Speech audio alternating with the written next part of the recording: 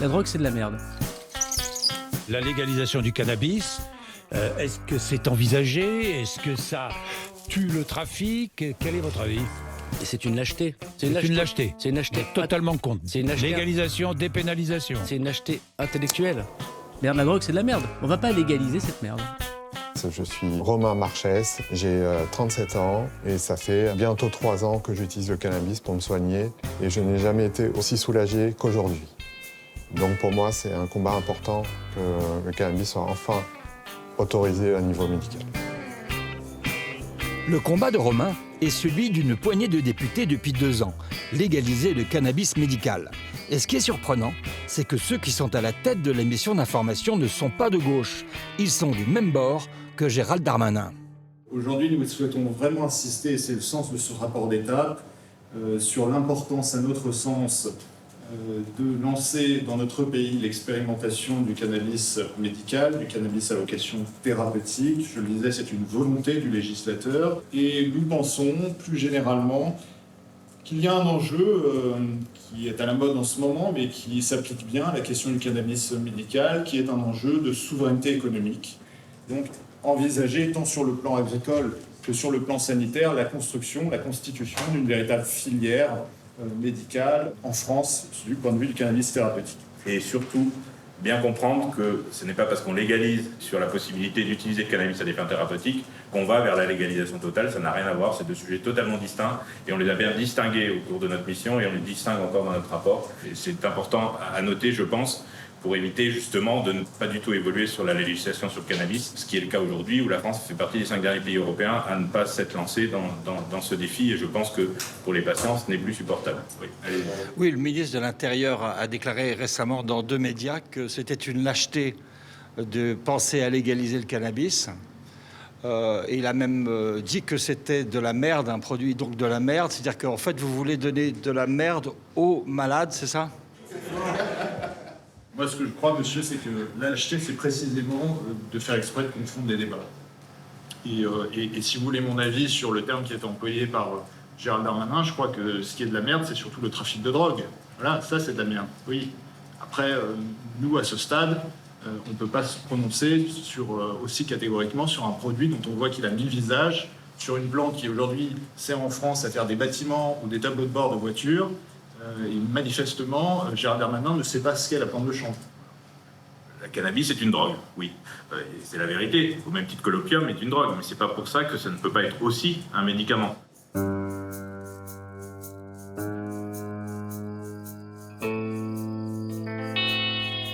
Pratiquement généralisé en Amérique du Nord et du Sud, le cannabis médical est notamment légal en Israël, en Chine et dans 21 pays européens. La France fait figure d'exception où 1 million de malades seraient en attente d'une légalisation du cannabis médical.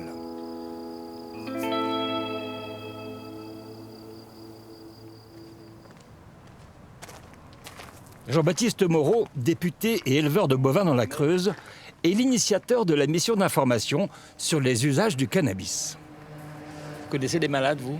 Oui, je connais des malades de sclérose en plaques notamment, oui, Ouais. oui, bien sûr. Qui aujourd'hui font pousser du cannabis dans leur jardin ou dans leur appartement pour pouvoir se soulager, oui.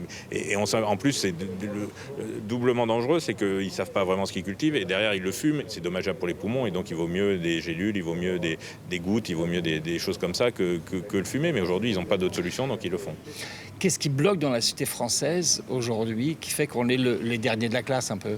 C'est toute la mythologie qui entoure le cannabis. C'est vraiment ça. C'est que dès que vous parlez de chanvre ou de cannabis, voilà, c'est le fumeur de pétard complètement défoncé qui est incapable de bosser. Voilà, c'est ça qui vient avec. Vous avez certaines molécules dans le cannabis, je pense au CBD, au cannabidiol, qui a un certain nombre de vertus et qui n'entraînent pas de dépendance particulière par rapport à celui qui en consomme. Donc voilà, il faut sortir du débat binaire bien mal. Le cannabis, c'est à la fois un médicament aussi, comme les opiacés peuvent en être un.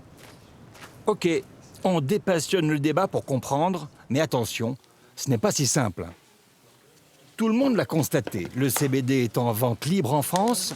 Alors le CBD, c'est du cannabis, mais dont on a enlevé la molécule psychotrope, celle qui fait planer dans le joint et qui s'appelle le THC. On achète du CBD pour son bien-être, mais aussi pour se soigner. Il y a des gens qui le veulent juste comme prélaxant, alternative au pétard.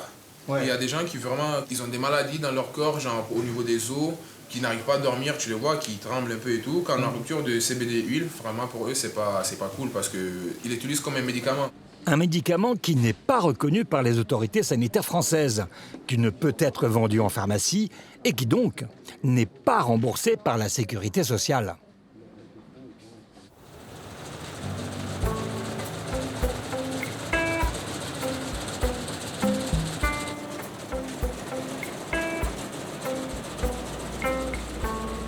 Autre contradiction et pas des moindres. Tout le CBD en vente en France est importé. Les producteurs français en sont exclus. Seules les tiges et les graines sont autorisées pour faire du textile et de l'huile alimentaire pleine d'oméga 3. Pourquoi nos voisins ont le droit de transformer la fleur et d'envahir le marché français avec de la fleur transformée et de la fleur, et que nous, agriculteurs français, chanvriers français, qui sommes le premier pays producteur en Europe de chanvre, on n'a pas le droit d'utiliser la fleur. Alors on résume. Le chanvre et le cannabis, c'est la même plante. Elle contient du THC et du CBD. Alors que les vertus médicinales des deux molécules sont reconnues ailleurs, aucun traitement n'est autorisé en France. Résultat, des dizaines de milliers de malades qui ont recours au cannabis sont considérés comme des délinquants.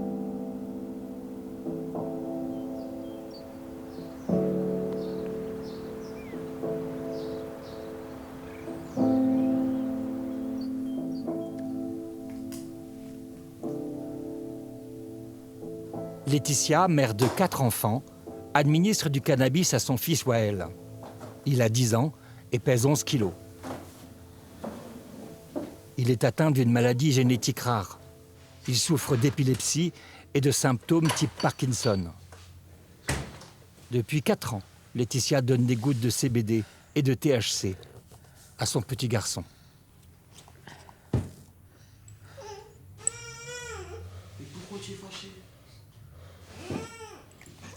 Il est où ce bidou? Oh, moi je cherche un bidou. Un bidou de petit garçon. Petit bidou. Il est où? Il est où? Le CBD. Attention, c'est froid, hein?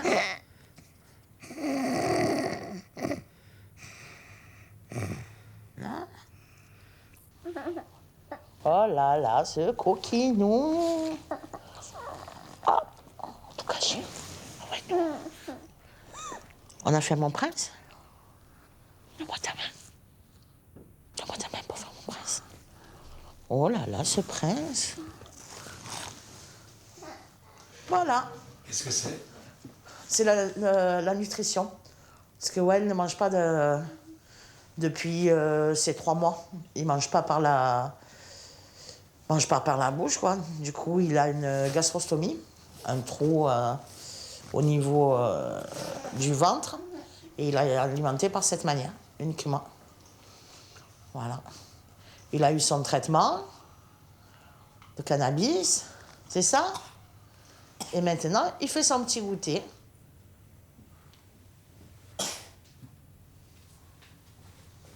Les traitements, il en a eu plein. Beaucoup pour son âge, beaucoup pour son poids. Donc, il a eu pour l'épilepsie, tout ce qui est benzodiazépine, carbamazépine. Il a eu les antidouleurs, la morphine, des opiacés, du code enfant qui est maintenant interdit. Toute une liste. Ben, en fait, il souffrait tout le temps. Et une fois qu'on a passé toute la pharmacopée, ben, les médecins, ils ont dit, on ne peut plus rien pour lui, en fait. Et c'est dur à entendre, on va dire. Et alors, qui a trouvé l'idée du cannabis? Alors, comme tous parents, j'ai fait comme les autres, en fait. Ben, puisqu'on ne dort pas, on cherche sur Internet. Et sur Internet, on trouve une maman aux États-Unis, une maman au Mexique, qui, curieusement, se sont orientés vers le cannabis médical ou cannabis thérapeutique selon comment on souhaite l'appeler. Et nous avons dit à la neuropédiatre, bon, ben, puisque rien ne fonctionne, on va passer au cannabis. Et là, elle m'a dit, mais vous êtes complètement folle. Moi, je n'y connais rien au cannabis. Je ne peux pas vous donner je ne peux pas vous aider. D'abord parce que c'est illégal. Je n'ai pas les compétences pour. J'ai dit, ben, si vous ne m'aidez pas, je vais le faire quand même, en fait.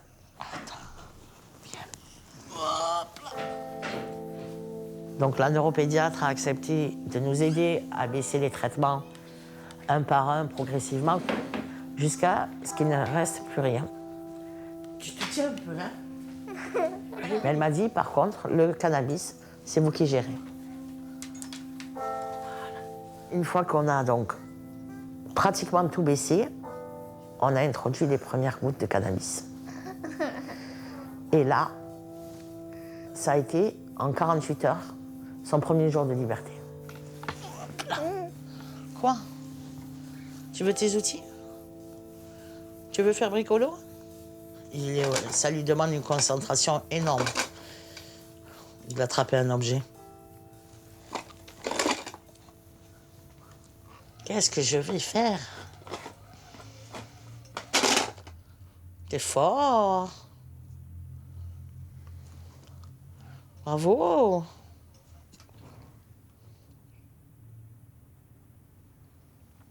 C'est pas dire je tiens tête à des médecins, je soigne mon enfant comme je veux. J'ai fait la démarche d'aller vers les médecins. Mon fils était très suivi. Des hospitalisations, on n'en compte plus. Il a fallu séparer la fratrie. Les grands étaient à la maison, le petit à l'hôpital. J'ai consulté un avocat qui m'a dit attention, vous risquez d'être considéré comme trafiquant parce que vous le faites venir chez vous. J'ai dit mais j'ai pas le choix en fait. Moi je veux bien être entendu par un juge, je veux bien être arrêté, je veux bien être traduit à la justice. Je veux bien parler avec n'importe quel juge. Mais qu'est-ce qu'on peut me reprocher en fait? D'avoir voulu soulager mon enfant? En fait, on ne traite pas, on apaise, on accompagne. Qu'il parte, j'accepte. J'accepte. Je ne veux pas le pousser à vivre. Il ira jusqu'où il ira. Mais ce que je ne veux pas, c'est qu'il souffre. Je refuse qu'on laisse, dans un pays comme la France, en Europe, avec tout ce qu'il existe, je refuse qu'on laisse souffrir mon enfant. C'est inconcevable pour moi. Qu'il garde cette dignité tout au long du chemin qu'il a à faire. Est-ce que c'est dans 1 an? Est-ce que c'est dans 1 heure? Est-ce que c'est dans 10 ans? Ça, personne aujourd'hui est capable de le dire.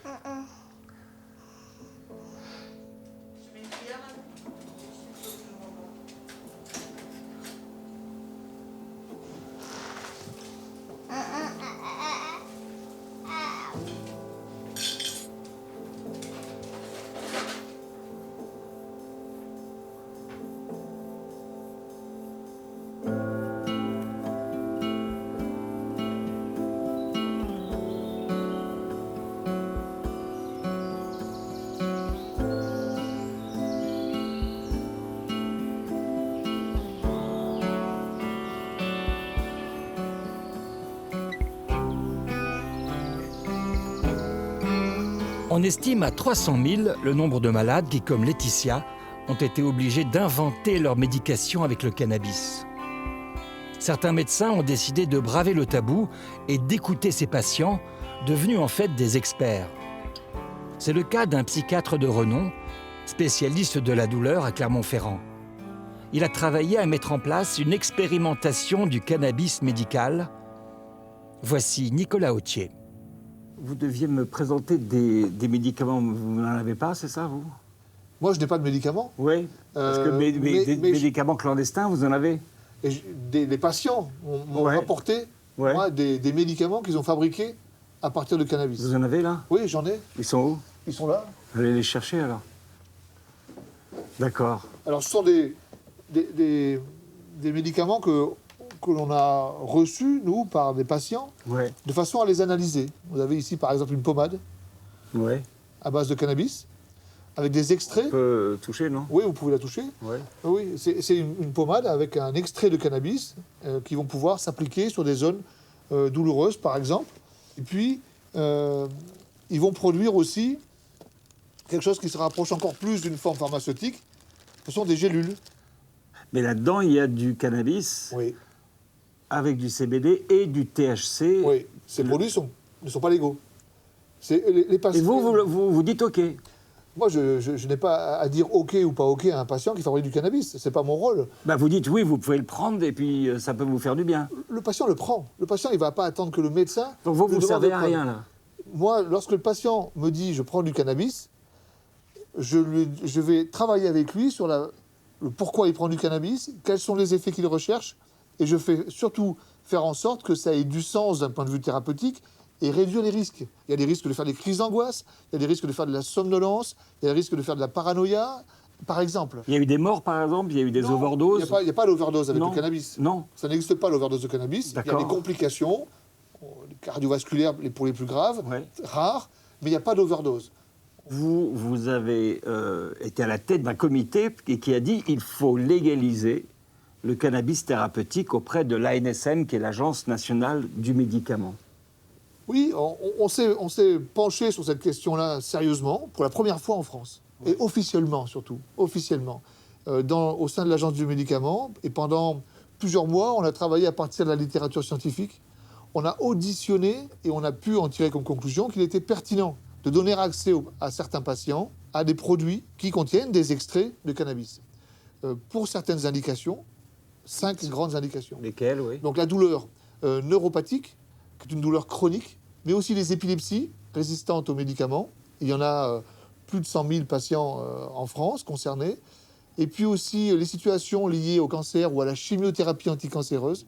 Et puis il y a les soins palliatifs qui parfois peuvent avoir un intérêt lorsque les patients ne supportent pas, par exemple, les opioïdes. Enfin, dernière indication, une forme de douleur qui est la spasticité dans la sclérose en plaques ou dans d'autres maladies de la moelle épinière qui sont parfois mal soulagées. Et puis, dans un second temps, il a fallu réfléchir à comment il fallait donner accès à ces produits. Oui. Alors, la prudence, elle existe toujours, puisqu'on n'a pas abouti à une légalisation en France. On a abouti à un projet d'expérimentation, ce qui n'est pas tout à fait la même chose. Donc, on va tester l'accès à ces médicaments en France pendant 2 ans.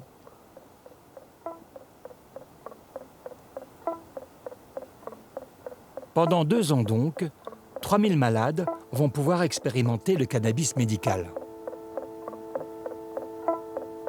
C'est un grand espoir pour tous ceux qui utilisent des drogues légales à base d'opium sans trouver de rémission à leur douleur.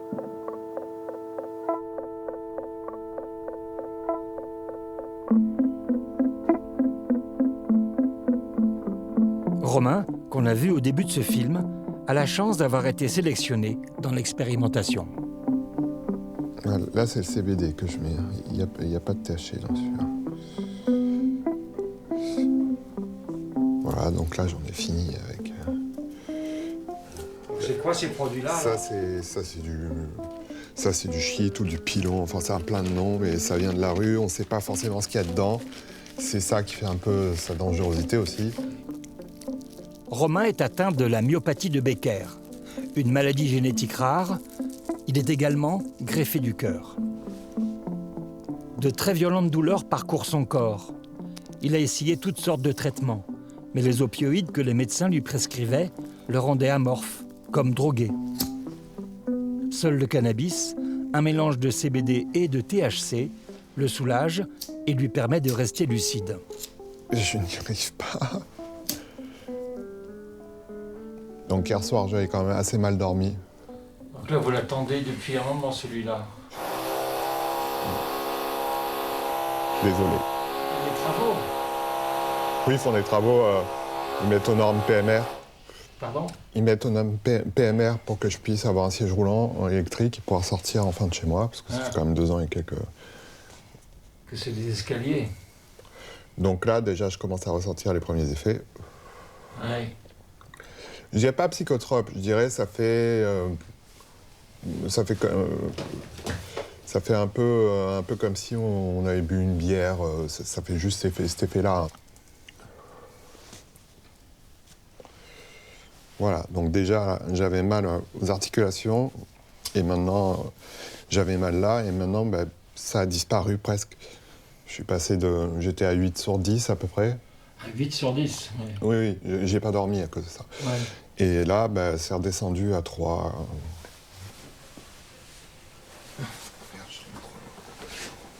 Parce qu'en fait, les douleurs que ça combat vraiment chez moi, c'est comme des coups de poignard dans le muscle. Ou des fois, c'est des chocs électriques. Ou comme si on posait des glaçons très longtemps sur une partie. Là, Là, j'arrive à faire Là, par rapport à tout à l'heure, j'avais mal quand là, j'ai quasiment plus mal. Et maintenant, c'est ce qui me permet de garder une certaine autonomie.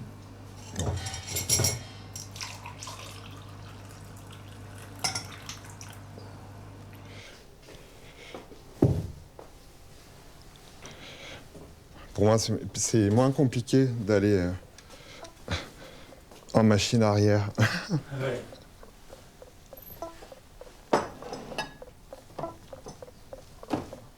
J'ai vu sur les étagères, il y a des livres un petit peu sur le Japon. Oui, bien sûr. C'est quoi votre centre d'intérêt? J'aime la culture. Ouais. Bon, j'adore les mots, mais bon, si j'avais quelqu'un pour jouer avec moi, ça serait cool. Ouais, le Scrabble. J'ai mon univers, mon petit jardin zen, là, qui est un peu planqué. Donc voilà, sinon, j'adore beaucoup Jules Verne. Ça m'a beaucoup inspiré. Et ça, c'est le genre de livre où quand je plonge dedans, des fois la douleur... Je suis tellement pris dans le livre que la douleur passe. Enfin, Jules Verne me fait du bien. Je sais pas, mais j'aime bien. Ça, c'est mon père et moi. Au bar en face. Et moi en train de fumer une cigarette, bien sûr. Et voilà, quoi. Romain ne fume pas plus d'1 joint par jour. Quelques bouffées suffisent pour calmer ses douleurs. Alors l'idée de pouvoir se soigner en toute légalité, avec un produit contrôlé et sans avoir affaire à des dealers, est une belle perspective. Et puis il sait que pour ses poumons fragiles, il doit absolument arrêter la cigarette. Contrairement au cannabis, le tabac est mortel.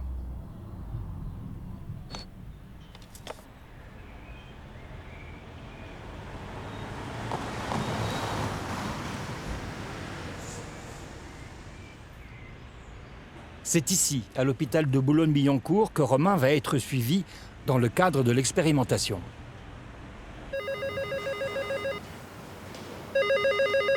Centre de la douleur, bonjour. C'est une première, alors toute l'équipe est sur le pont. Moi, je pense qu'on va faire chaque médecin ici prend peut-être une demi-journée cannabis par semaine, je sais pas, un truc comme ça, non? Tous les pharmaciens et médecins du service sont retournés à l'école, avec une formation à distance suivie d'une évaluation. L'opium, on connaît, mais le cannabis, il faut tout inventer. Donc, comme traitement de fond, on aura la voie orale avec différents ratios. Donc, CBD dominant, équilibré en THC, CBD et THC dominant. Et dans les deux ratios CBD dominants, on va en discuter. Il y en a un, je suis pas sûre qu'il soit vraiment fascinant. C'est le tout premier parce qu'il est, c'est quasiment, il n'y a pas de THC, quoi. Notamment pour les patients qui fument, qui ont déjà fumé avec une composition de THC assez importante. Commençant par du THC, tu t'exposes à beaucoup plus d'effets. Oui, sauf chez les patients non naïfs. Là, l'idée, c'est que chez les patients non naïfs de THC, peut-être qu'on pourrait même commencer d'emblée par un ratio équilibré. Bon, c'est une discussion. Ça, c'est possible, non naïf. À la limite, oui. Ah oui, équilibré. Mais les patients naïfs, ah non, il faut commencer par un ratio CBD dominant. Mais ça, c'est écrit après. Voilà. La professeure Attal dirige le service de la douleur. Romain est un de ses patients. C'est donc elle qui va le suivre. Alors, professeur Attal, vous participez à l'expérimentation? Tout à fait. Nous allons participer à l'expérimentation cannabis avec l'ANSM pour une des indications qui est les douleurs neuropathiques réfractaires. Quand vous avez annoncé ça à votre équipe, ils ont été favorables? Ils ont été très favorables. Ouais. Oui, parce qu'on a tous des patients extrêmement douloureux pour lesquels on est désespéré parce qu'on a beaucoup de mal à leur trouver des solutions thérapeutiques acceptables. Je suis tout à fait favorable à cette expérimentation pour, je dirais aussi, changer l'image du produit. Pour les patients, c'est évident, pour les autres médecins et pour les politiques. Ça va nous donner une meilleure idée déjà de la faisabilité. Ensuite, ça va nous donner aussi une meilleure idée des effets indésirables dans la vraie vie. Mais ça va quand même ouvrir des portes, je pense, et permettre ensuite de faire de vraies recherches sur ces produits.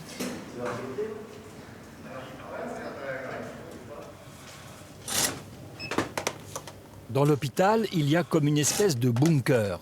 C'est la pharmacie. Alors on n'y entre pas comme ça, et les produits sensibles sont consignés dans une chambre forte. Les nouveaux médicaments, à base de cannabis, font partie de cela. Alors vous êtes dépositaire de ce trésor. Tout à fait. C'est un trésor, ces médicaments. Je ne sais pas si on peut aller jusqu'au trésor, Non. mais Enfin, ils sont protégés en tout cas. ils sont protégés, tout à fait. Est-ce que je peux savoir la provenance de ces médicaments? Oui, vous avez différents laboratoires. Alors, Lucie, c'est un laboratoire israélien. Little Greens, c'est un laboratoire australien. Oui. Et celui-ci, c'est un laboratoire canadien. D'accord. Voilà. Pourquoi ils sont tous importés, ces médicaments?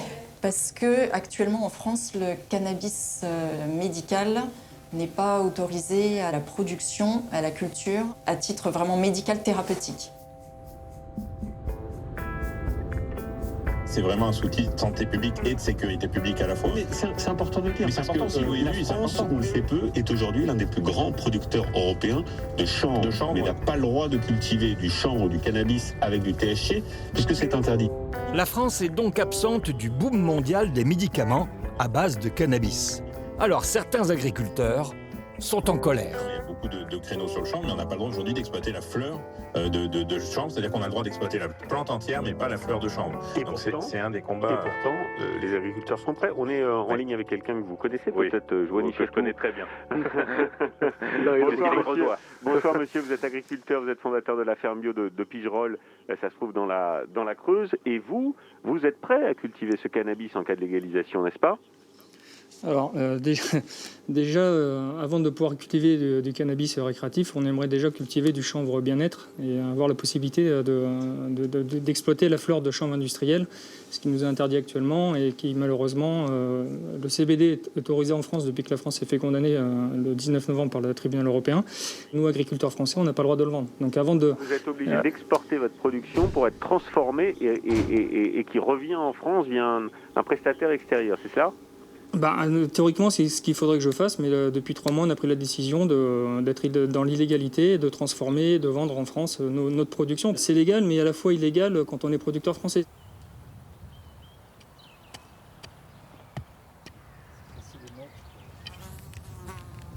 Est-ce que c'est un vecteur important de ressources pour vous? Est-ce qu'on gagne beaucoup quand on cultive du chanvre et peut-être demain du cannabis récréatif? Clairement, là actuellement je suis éleveur, donc comme tous mes collègues éleveurs, on est au RSA quasiment, et demain avec la production de chanvre bien-être ou même de chanvre récréatif, je peux créer de l'emploi sur mon exploitation. En plus, en faisant une production qui a des qualités environnementales, sociétales, ramener du pouvoir d'achat sur un territoire comme le nôtre qu'on a beaucoup besoin, effectivement, il n'y a que des avantages.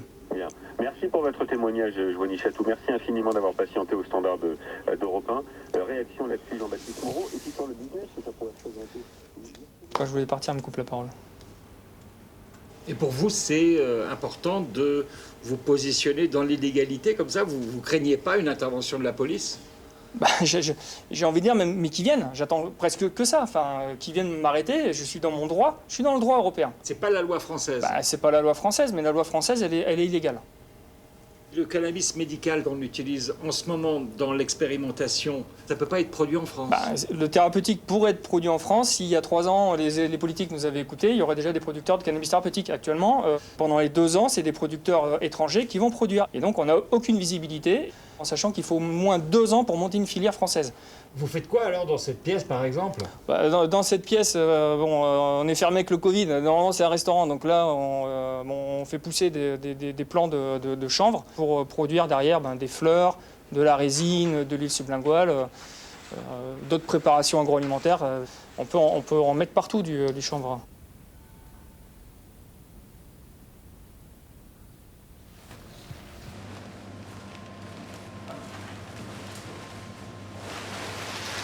Donc ça, c'est tout ce qu'on a récupéré en fait quand on a fait la manucure.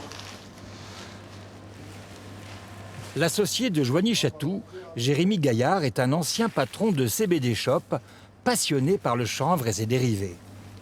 Ça fait du volume quand même. Hein. Ça fait du volume. Il va fabriquer devant nous une plaquette de résine de cannabis CBD. Là, je vais le mettre. Il explique le processus à Métine, qui vient apprendre ici le métier de cannabiculteur. Tu vois, ça tourne assez doucement. Donc le but du jeu, en fait, c'est que ça tourne à une certaine vitesse pour que ça monte à la moitié. Et après, la résine, en fait, va tomber. Et après, systématiquement, chaque lot, on envoie à l'analyse pour être sûr d'être dans les clous, quoi. On est obligé de faire des gros lots, parce que chaque analyse nous coûte quasiment 150 €. Donc si là, je fais une plaquette, que je paye mon analyse, ça vaut pas le coup, quoi. Jérémy, c'est ton élève?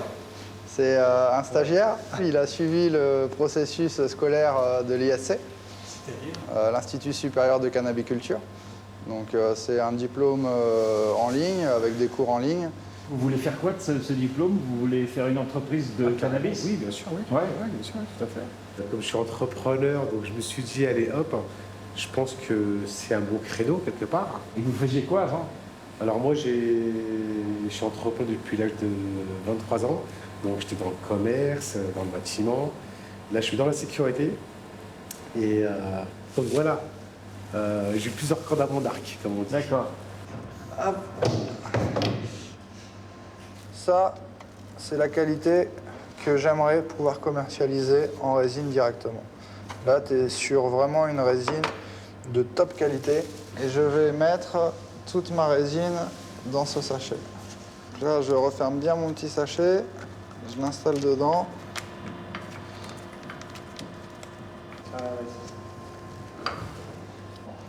Et j'essaie de rester à 40.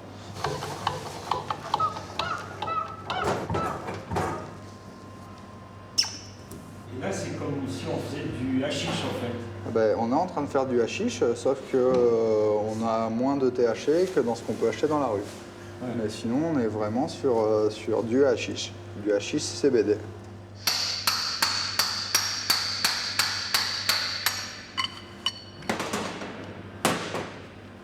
On n'a utilisé aucun solvant, on n'a utilisé aucun produit chimique. On n'a pas rajouté d'arômes artificiels, de CBD synthétique, ou de saloperies que tu peux retrouver dans une bonne partie des produits du marché. Donc là, on est sur un produit que tu peux vendre à tes clients en étant fier.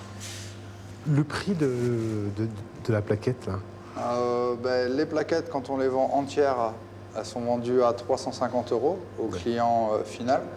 Et après, on fait aussi des morceaux de 1 gramme, 3 grammes, 5 grammes, 10 grammes, qui sont revendus au détail. Les produits sont en vente à la ferme de Pigerolles et Jérémy fournit déjà une quarantaine de CBD shops dans la région. À Paris, Joigny est attendu pour une audition auprès des députés de la mission d'information sur le cannabis. À l'ordre du jour, c'est une table ronde qui réunit les exploitants agricoles sur les opportunités économiques ou non qu'ils voient à leurs yeux du développement de l'exploitation du chanvre et notamment de son élargissement à l'usage de la fleur, ce qui est une question juridique, sanitaire, politique qui nous appartient de traiter dans la mission. Oui, alors bonjour. Donc Monsieur Chatou, exploitant agricole dans la Creuse. Je suis producteur de chanvre depuis déjà 3 ans et je milite activement pour pouvoir utiliser la partie fleur du chanvre. On a été obligé de se structurer en association, l'Association française des producteurs de cannabinoïdes, puisqu'on reçoit des appels de tous les territoires. Alors, cette année, j'ai fait une expérimentation à grande échelle, entre guillemets.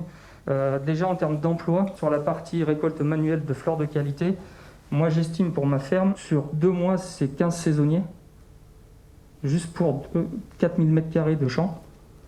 Si derrière on rajoute la transformation et on fait des produits, tout ça, je pense qu'on est sur au moins 4 à 5 emplois permanents à l'année, juste pour ma ferme.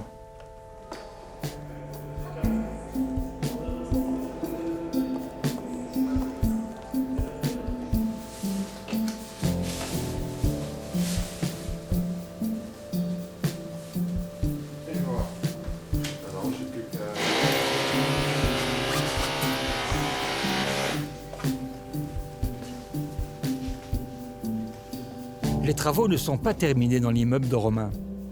Il attend l'arrivée des ambulanciers qui vont le conduire au centre de la douleur de la professeure Attal.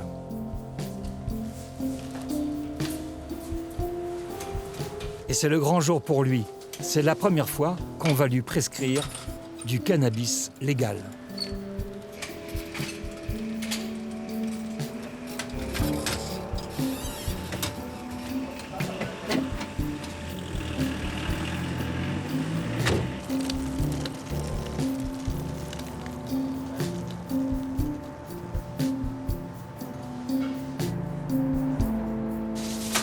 Bonjour Romain, ça va bien depuis la dernière fois?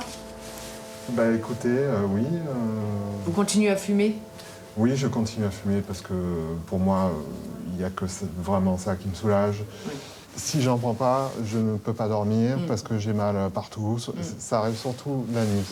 Donc c'est bien pour ça qu'on est ensemble et parce que là on va commencer donc effectivement le cannabis thérapeutique. L'avantage majeur c'est que ça vous évitera de fumer.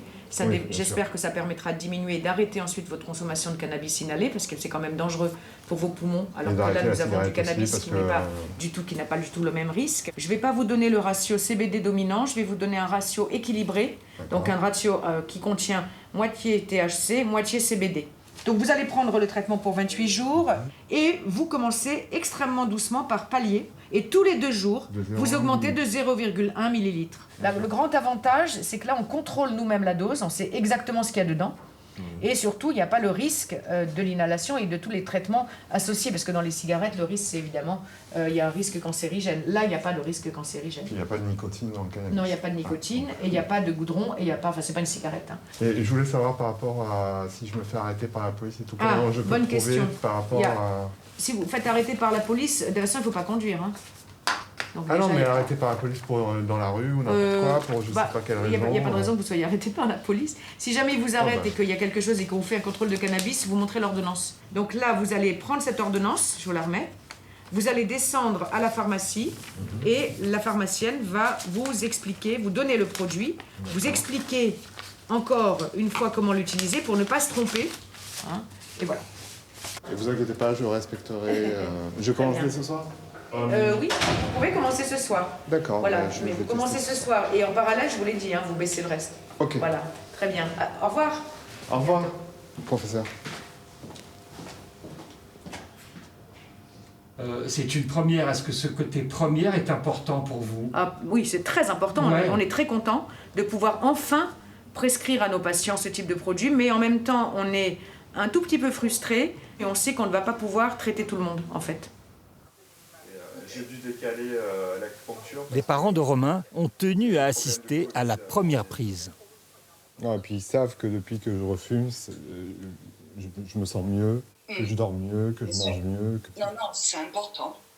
Oui, et je crois là, tu vas comprendre. le prendre comment? Tu le fais en sublingual ou quoi? C'est ça, il faut le mettre dans la bouche. C'est ça. Sous la langue? Voilà.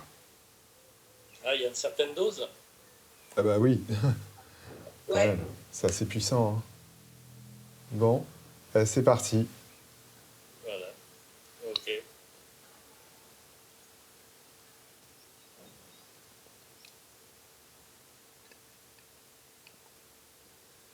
En fait, c'est comme si tu prenais une tête de bœuf dans la bouche. Non, non, c'est pas dégueulasse, c'est bon. C'est un goût de bœuf, hein, qu'est-ce que tu veux que je te dise, hein, c'est un goût de cannabis. Hein. Ok, bah écoute. Bon, maintenant, faut attendre un peu. La première, c'est bien. Moi, j'ai une question à poser aux parents. Est-ce que Ah bah attends. c'est important pour vous que votre fils passe à cette médication? Bien sûr, si ça peut le soulager. Parce qu'on sait très bien qu'avec les médicaments actuels, c'est pas forcément ce qu'il y a de mieux. Le tramadol, non. Les opioïdes et tout ça, c'est pas la meilleure des choses non plus. Voilà. Bonne continuation. Ben, merci beaucoup de me soutenir, et puis au moins je suis plus dans l'illégalité. Voilà. C'est ça, c'est rassurant. Ouais. Bon, Romain, je te fais un gros bisou et puis je t'aime très fort.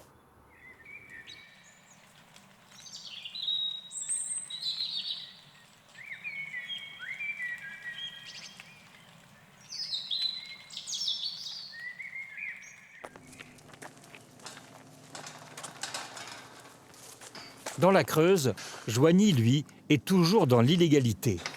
Cette nuit, un petit est né.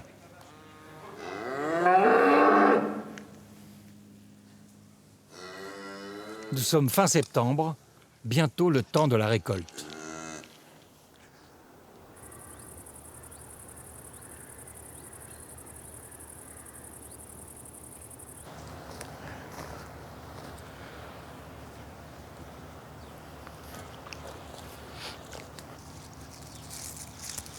Alors c'est une fierté ces plantes-là? Alors ces plantes-là, toute la rangée là, en fait, ça part d'une sélection qu'on a fait l'année dernière sur une variété du catalogue européen, la Compolti. On l'a appelée Compoltinène en fait. Donc au lieu de monter à 3 mètres de haut, elle est restée sous ce format comme ça là. Ouais. Celle qui est derrière, c'est quoi alors? Alors celle qui est derrière, en fait c'est exactement la même variété, ah ouais, mais qui du coup est, on va dire, une génétique normale qui a tendance à tiger. Vous vous préparez pour avoir vos propres plantes à vous en fait? On sait que quand on est agriculteur comme moi, c'est toujours intéressant d'avoir des semences fermières qui sont adaptées au territoire, voilà, au terroir. D'avoir des variétés qui ne montent pas très haut. L'année dernière, par exemple, ça a été très vanté, on a eu beaucoup de casses sur le chanvre, ouais, qui sont aussi peu sensibles à la sécheresse, puisque là, on n'a pas arrosé du tout, et on voit la couleur, c'est vert pétant, elles n'ont vraiment pas du tout souffert de la sécheresse. Donc voilà, faire des sélections comme ça, c'est intéressant. Toujours en restant dans la loi, en restant en dessous des 0,2% de THC.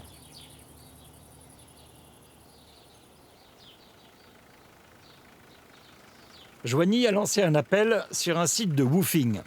En quelques heures, il a reçu plus d'une centaine de candidatures pour faire la récolte pendant 15 jours en échange du clos et du couvert. Les gars, vous prenez trop d'avance là! Alors certes, le cannabis passionne les jeunes, mais la ferme de Pigerolles incarne aussi un renouveau pour une agriculture à la fois moderne et respectueuse de l'environnement. Production d'électricité grâce au soleil, mais aussi de méthane à base de déchets végétaux et bien sûr de bouse de vache. Ici, on est rebelle et constructif. Je suis libre et je t'emmerde. Je suis libre et je t'emmerde. Vous êtes venu ici pour fumer des pétards ou quoi? Ah non, pas du tout, pour avoir de la connaissance sur la plante. Voilà, ça nous intéresse beaucoup en fait. Puis aussi le fait d'aider des gens qui sont passionnés par leur filière, je sais pas. Ils ont un beau projet et ça nous fait vraiment plaisir de pouvoir les aider, de pouvoir participer comme ça. Je trouve que ça devrait être légalisé, quoi. Je suis d'accord avec leur combat. Voilà. Donc on est bénévole avec plaisir et on s'instruit en même temps. Avant d'être séchée, la plante doit être débarrassée des grandes feuilles inutiles. On appelle ça la manucure, une opération minutieuse qui demande beaucoup de main-d'œuvre. Jérémy, l'associé de Joigny, trouvera peut-être ici ses prochains employés quand la production de cannabis médical et de bien-être sera légale en France. C'est quoi comme variété, Jérémy? Alors celle-ci, c'est une plante de chanvre du catalogue européen. Ces variétés-là ont été créées principalement pour travailler les tiges et les graines qu'on a sur les fleurs. Dans les tiges, on a vraiment toute la fibre sur le dessus qui va servir à la confection de vêtements, de cordes. Et après, dans les fleurs, on va récupérer les graines pour faire de l'huile alimentaire.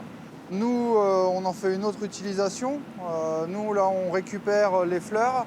Et c'est dans ces fleurs-là qu'on a vraiment tous les principes actifs de la plante et qui servent à faire des produits bien-être cosmétiques. Parce que toi, tu es dans l'intérim, toi? Ouais, moi je suis intérimaire. Moi je suis chaudronnier, tuyauteur. Autant dans l'industriel que dans le particulier. Elle est belle comme ça, là. Voilà, tous les chômeurs là, qui sont en France, qui se lèvent tous les jours à 14h et puis qui squattent les allocations, les machins, les trucs comme ça, et puis qui vivent de ça toute leur vie, c'est pas une vie pour moi, quoi. Puis ça pourrait créer de l'emploi. Je suis dans la mécanique, donc ce qui fait que ça n'a rien à voir. Hein. Tu pourrais te reconvertir? Ouais. Ah oui, bien sûr. Je veux dire, j'étais à l'armée, après j'étais dans la grande distribution, maintenant je suis dans la mécanique, ce qui fait que maintenant sur une vie on peut faire plusieurs métiers. Et pour la Creuse, pour vous, c'est important, ça peut aider votre Ça peut dynamiser un territoire, parce que le département, je veux dire, il est vieillissant, le travail court pas, forcément, il n'y a pas de grosses entreprises en Creuse. On peut faire tourner un peu le pays. Là, vous êtes sur du Made in France, quoi, même du fabriqué local, quoi.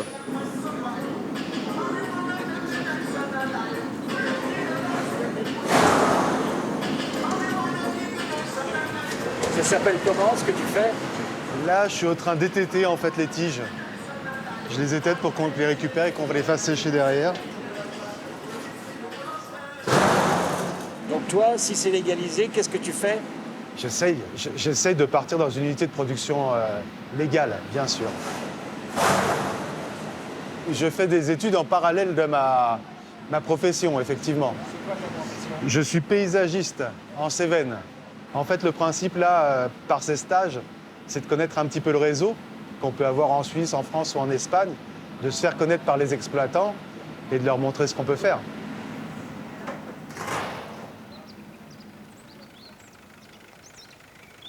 C'est l'industrie textile qui a abandonné le chanvre pour promouvoir les fibres synthétiques issues du pétrole. Jusqu'aux années 50, toutes les fermes de la région en cultivaient. Pour ces jeunes, le cannabis, c'est un retour au naturel et au respect des terroirs. Je suis maraîcher bio en fin d'apprentissage. Donc d'ici 2 ans, je m'installerai et puis je ferai ma ferme. Donc là, je suis là ici pour voir une autre culture et puis voilà, voir plein de choses différentes. Donc je me laisse quelques années là pour faire le tour des fermes en France et voir ce qui s'y passe. C'est une culture de l'avenir, je pense, en fait. Dans le futur, si on ne se remet pas à faire du chanvre, du lin, qu'on ne produit pas des fibres en France, là, on est sans cesse en fait, à quémander du coton en Asie, etc. Mais ce n'est pas des cultures qui sont pérennes. Alors que le chanvre, ça pousse partout. Il n'y a qu'en Antarctique que ça ne pousse pas. Il n'y a pas besoin d'eau, il n'y a pas besoin d'engrais. Donc c'est une plante en plus qui dépollue les sols. Donc c'est une plante qui est vraiment intéressante d'un point de vue agronomique, d'un point de vue médicinal. C'est une plante magique, on dirait, à vous entendre. Écoutez, c'est une plante qui a été utilisée depuis 4000 ans. Après, ça, je dis ça, c'est Internet, j'y étais pas. Moi, je vis avec la génération Internet. Google, c'est mon deuxième papa, quoi. Je sors d'études de commerce, mais ça m'a pas, les débouchés m'ont pas forcément plu. Et du coup, je me cherche et pourquoi pas évoluer dans cette activité-là et en voir tous les débouchés au niveau de l'isolation, un peu l'industrie verte, quoi. Voilà, qui va avec l'époque. Moi, je dis que c'est merveilleux d'entendre des jeunes parler comme ça. Oh, quelque chose. Bravo. Ouais, c'est clair. C'est cool. Bravo. Allez, on y va. Il faut changer les choses, hein.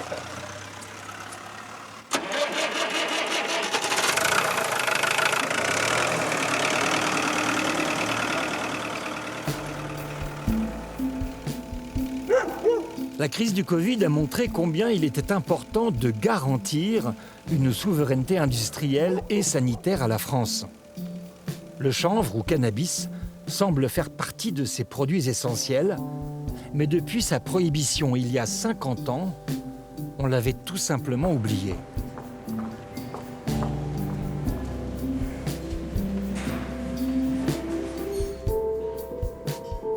Nous ne pouvons pas terminer ce film sans retrouver Romain, une dernière fois. Ce matin, il est en dialyse à l'Institut Montsouris à Paris.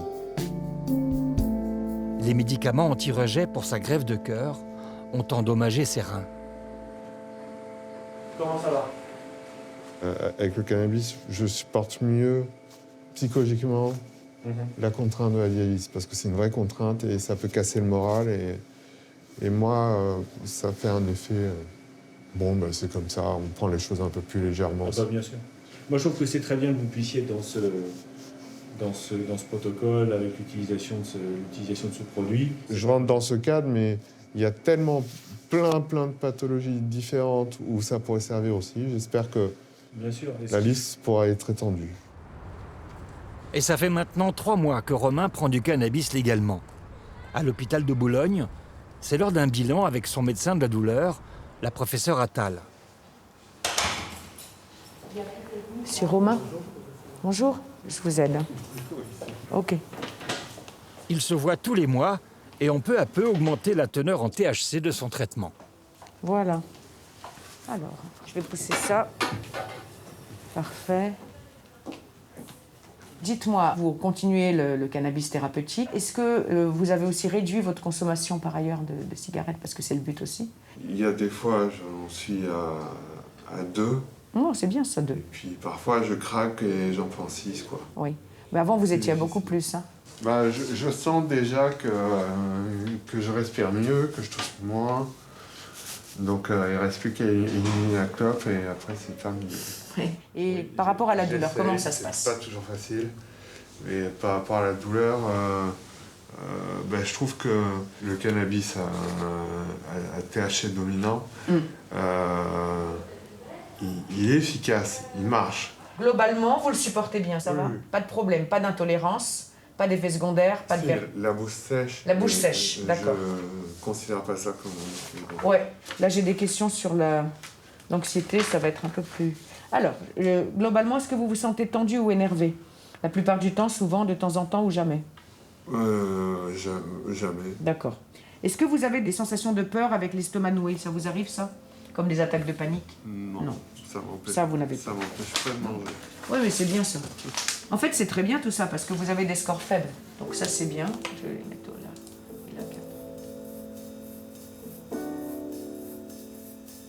Nicolas Autier, il faut légaliser le cannabis thérapeutique. Oui, il faudra probablement à terme légaliser le cannabis à visée thérapeutique, les produits à base de cannabis à visée thérapeutique. En tout cas, il faudrait que les patients puissent y avoir accès s'ils ne sont pas soulagés convenablement par des médicaments conventionnels, disponibles et accessibles.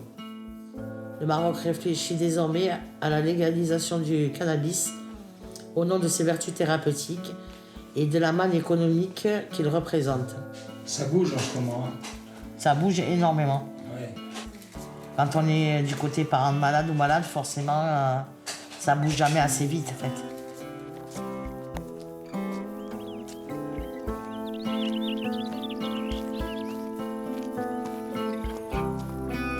Et d'où ça vient cette passion du cannabis? Alors bizarrement, moi je fume pas du tout, j'ai jamais fumé de cannabis. En fait, c'est une plante qui est quand même assez fascinante, qui a plein d'applications, qui est très technique. Et en fait, c'est une plante qui s'adapte très très bien au changement climatique. Donc en fait, tout ça cumulé, et en plus, c'est une plante qui peut faire du bien aux gens. Donc en fait, c'est que du bonheur de travailler une plante comme ça, quoi.